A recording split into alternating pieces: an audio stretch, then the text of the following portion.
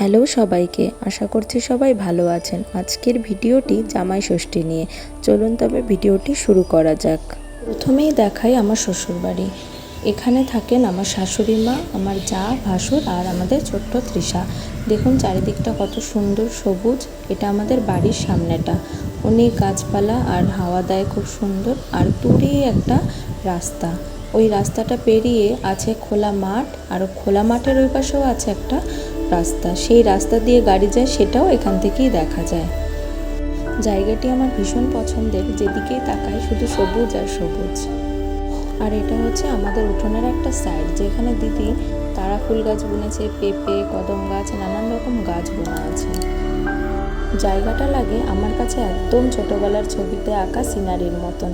দেখুন কত সুন্দর চারিদিকটা সবুজ, রাস্তার ওই পাশে মাঠ, মাঠের মধ্যে গরু, নানান রকম পশু পাখি, দূরে আছে বক।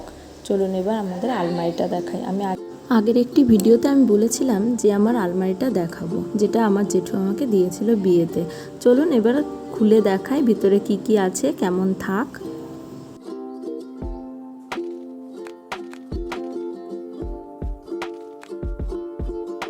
যেহেতু আমরা এখানে থাকি না, খুব কমই আসি, তার জন্য আমাদের আলমারিতে বেশি কিছু নেই।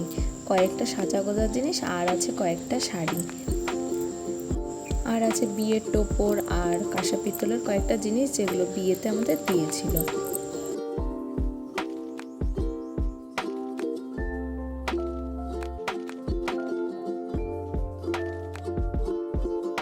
পরের পাটটায় আছে আমার বরমশাইয়ের জামা কাপড়। তারও এখানে জামা কাপড় খুব কমই আছে, অল্প কয়েকটা জামা কাপড়, আর আছে বালিশ, কম্বল আর বিয়েতে পাওয়া কয়েকটা গিফট, ব্যাস।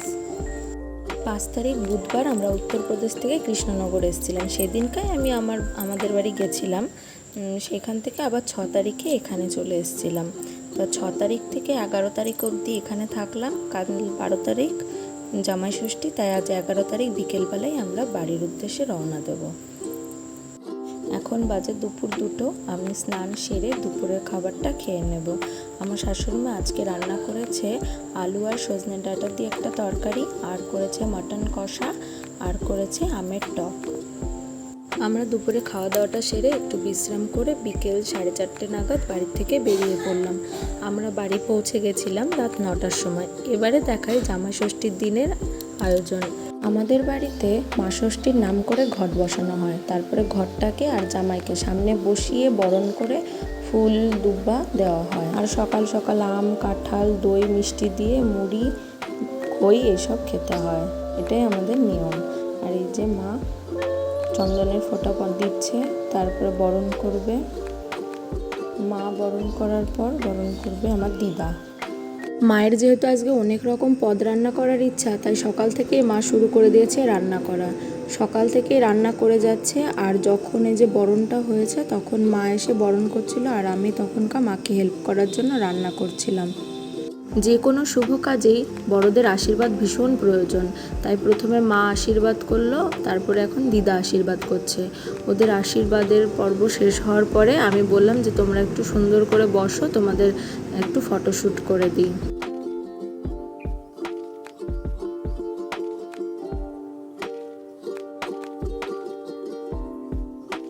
দুপুর হয়ে গেছে, এবার চলুন তবে বাটিগুলি সাজিয়ে এবং সুন্দর করে থালা সাজিয়ে বরমশাইকে জামাই ষষ্ঠীর ভোজনটা এবার করতে দিই। সকাল থেকেই ভেবে যাচ্ছিলাম কি করে নতুনভাবে একটু থালাটা সাজানো যায়। তার জন্য প্রথমেই ভাবলাম থালায় ভাত দিয়ে একটা মাছ তৈরি করি, যেহেতু জামাই ষষ্ঠীতে মাছ ভীষণ দরকারি। সবাই মাছ খেতে ভালোবাসে, আমরা যেহেতু মাছে ভাতে বাঙালি, তাই একটা মাছ বানালাম ভাত দিয়ে। আর সুন্দর করে বাটিগুলিকে নানান রকম তরকারি দিয়ে সাজিয়ে মোটামুটি 20টা আইটেম সেদিনকা মা করেছিল। এই যে ভরা হচ্ছে বাটিতে ইলিশ মাছের পাতুরি, এছাড়াও ছিল 5 রকমের ভাজা, বেগুনি, ফিশ কবিরাজি, মোচার বড়া, ডাল, চিংড়ি মাছের মালাইকারি, রুই মাছের ঝোল, আর পাতুরি তো দেখালাম। দই কাতলা, স্যালাড, খাসির মাংস, চাটনি, পাঁপড়, দই, মিষ্টি, আম পোড়া শরবত, আইসক্রিম, স্প্রাইট, জোয়ান এই সমস্ত সবই দেওয়া হয়েছিল, কিন্তু আমার বরমশাই একদম মিষ্টি খেতে পছন্দ করেন না, তাই তার চাটনি থেকে সব কিছুই বাদ গেছে। সেগুলি কিছুই খায়নি, ঝাল ঝাল তরকারিগুলো সে খেয়েছিল। তারপরে খাওয়া দাওয়া সেরে দুজনে একটু ছাদে গিয়ে ফটোশ্যুট করে নিলাম। ফটোশ্যুট করার পরে চলুন দেখাই আপনাদের যে আমরা কি কি কিনেছিলাম।